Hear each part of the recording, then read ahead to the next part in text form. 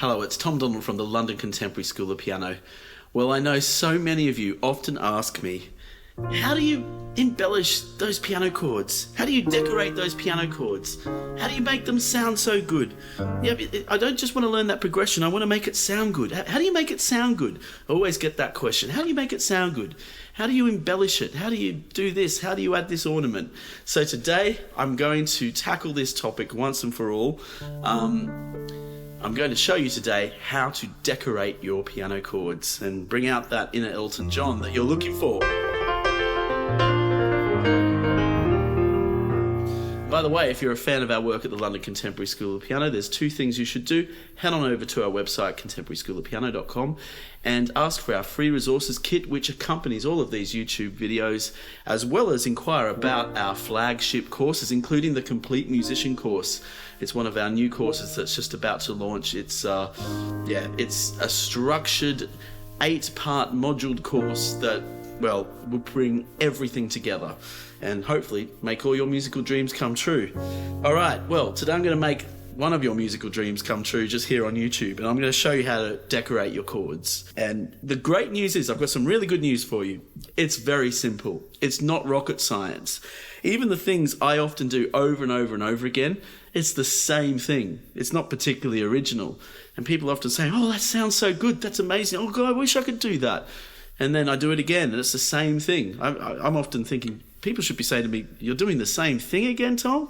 That's the same thing again. It's a formula. It's a very simple formula. That's the good news.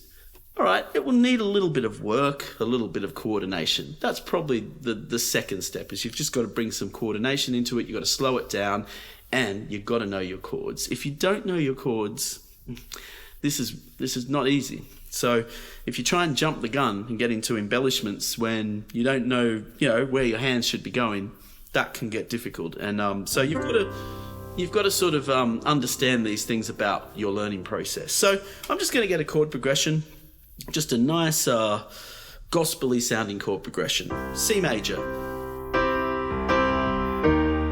E flat major, F major, C major. Okay, so let's do some things with it now.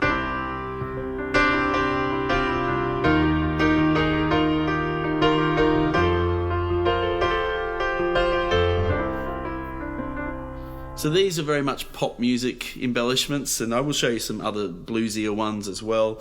But let's just start with these ones. So all I'm doing really with any of my chords, any chord, be it major or minor, is I'm turning it into a micro scale. So I'm getting, let's say my C major chord. Well, in between the C, E, G that forms that triad, I've got the second note. Technically, you could call it a suspended second, but it's really just a scale. I'm just treating it like a micro scale, C, D, E, F, G. Second, third, fourth, and fifth. So here's a good little technical exercise. You could just do this. Just walk up and down the scale while sustaining the first and the fifth note, just to get your fingers around that.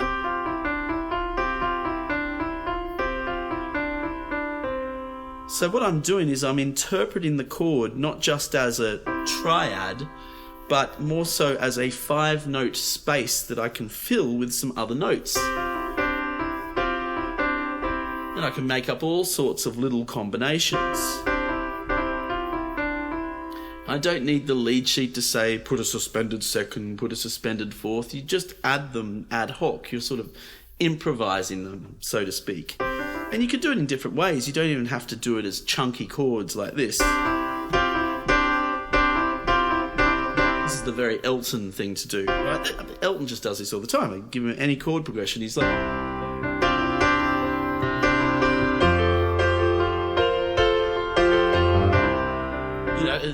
It's that classic pop piano sound, and people love it, right? It's just got that, it's just contagious. But all we're doing is we're getting the chord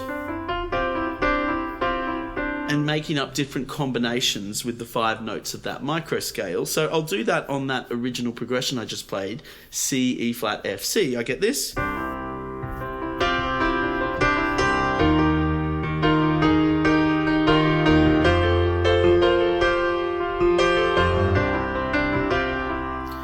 I'll do it in a bit more simple now. I'll just make it a little less complicated and cluttered, just to show how the simple things can often work as well.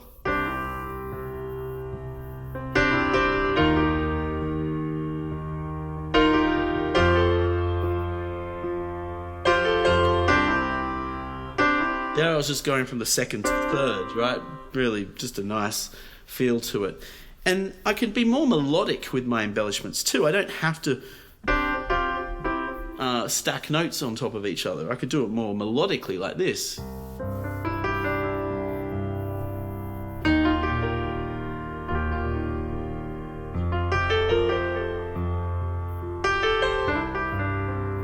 Give it a go. Play with me.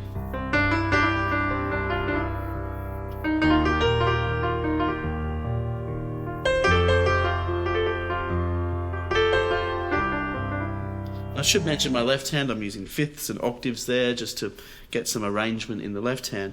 But that's a very simple way to embellish the chords, and it's not rocket science, right? It's just the first 5 notes of what I would say is the chord micro scale. But the bigger picture here is we're connecting scales and chords together, which is really, really powerful. So you can just do that on any chord progression, and you can practice it on different progressions.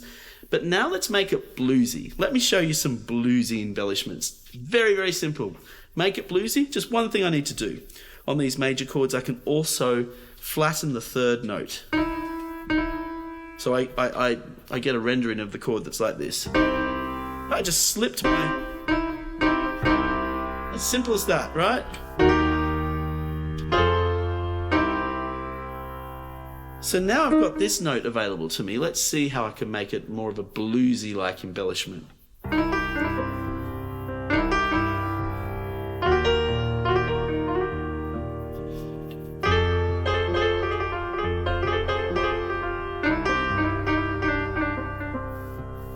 Right, so the concept is really, really simple. That's the good news. The concept is so simple. The application takes a little more practice because you've got to really get that sound, that accenting and that flexibility with your fingers. But with the blues, just imagine you've got olive oil on your hands, right? Slip over the keys. You don't have to use 2 different fingers. You don't have to use extra energy. You can just slip over those keys. So I'm going to make some nice simple patterns. I really like the pattern of the minor third, major third, crushed together, going up to the 5th, like this. So almost as an exercise, you could do this third up to the 5th and then third down to the root note, and you'll get something like this.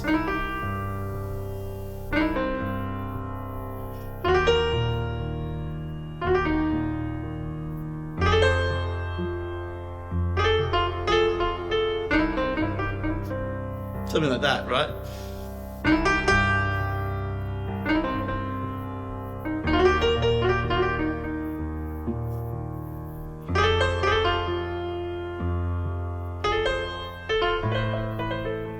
Went to an A minor there, just to change the cycle a bit. So that's how we would do this on major chords. Now on minor chords, let's try a progression with a mixture of major and minor chords. Now I'm going to go C minor, F minor, B flat major, E flat major. Lovely chords, right? So when you're on minor, you get the same approach will work really, really well with just those 5 notes of the microscale.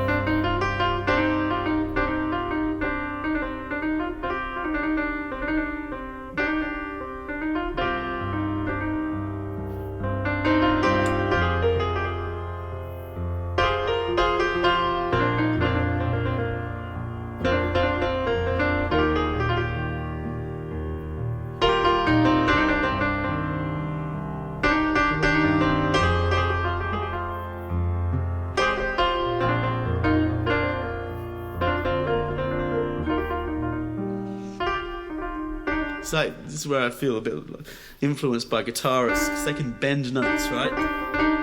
We can't quite do that on the piano, so this is our way of fooling the listener that we're bending notes. So to get the bluesy effect in a minor key, it's a different formula, because we're not combining the major and the minor third like you do in a major blues. In a minor chord, you would use a flattened fifth instead to get that bluesy sound. In this case, it's the F sharp, right? So I'll take the bluesy approach now.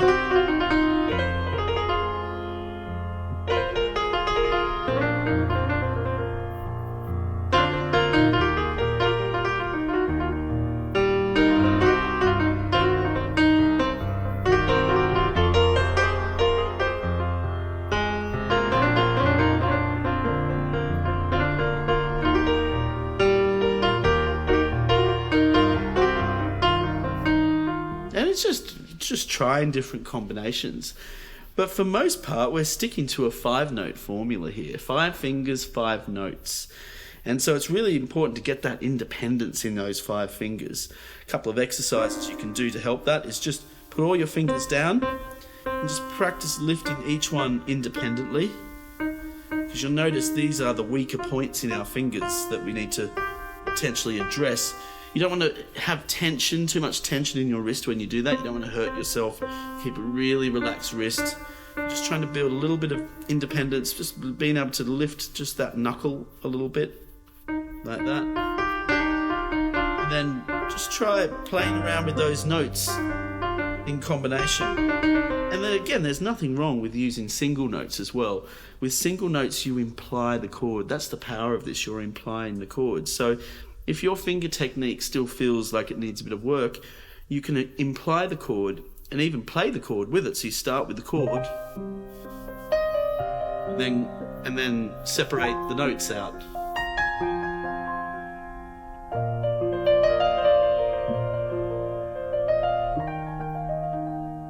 And it sounds quite beautiful. So I'm going to finish with a really nice progression here. It's a circle of fifths progression. Some people call it a circle of fourths progression. It means the same thing, because it depends if you're looking that way or that way, right? But the progression is C minor, F minor, B flat major, E flat major, A flat major, and let's just then take it to an F minor, G major, C minor. And remember, head on over to our website to get those resources. Our free resources kit. This will really help you support yourself with these videos. And also, if you really want to get access to some really high quality structured course material that is going to revolutionize your playing forever, you should consider purchasing our complete musician course. It is our flagship course. It is really, it is 15 years of research and development of contemporary music education has gone into this course. So this is where the sum becomes greater than the parts. So now let's play this progression, this circle of fifths progression, and I'm going to make some melodic embellishments in the right hand with the progression.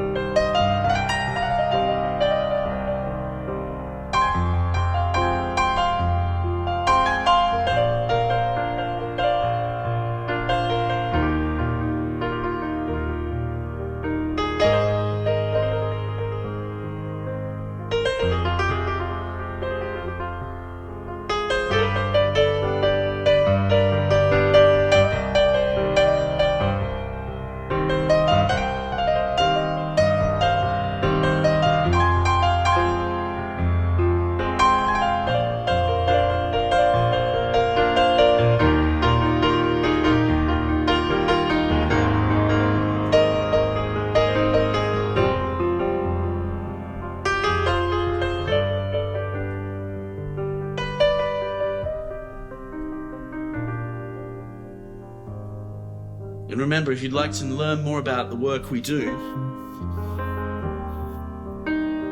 you can visit our website. We've got far more information about this topic in many of our courses, including the Complete Musician course. We can get into topics like embellishing 7th chords and 9th chords. There's a whole musical journey awaiting you. So get to the piano and start playing today.